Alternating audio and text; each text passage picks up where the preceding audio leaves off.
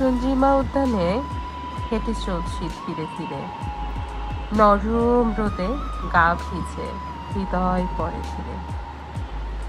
হঠাৎ চোখে পড়ে লাল রঙের শিখা, কৃষ্ণচূড়া ফুটেছে, বাতাসে তার সুর ছড়া টান।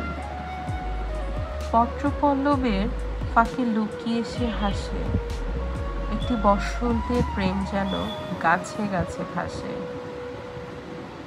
আবেশে ডুবে থাকা সেই মুহূর্তটা, ভুলে যাওয়া শহরের কোলাহল ব্যস্ততা, শুধু কৃষ্ণচূড়া, বসন্ত আর আমি। চন্দ্রিমা উদ্যানে রঙিন এক কবিতায় নামি। চন্দ্রিমা উদ্যানে কৃষ্ণচূড়ার হাসি। চলে আসবেন আপনারাও দেখতে।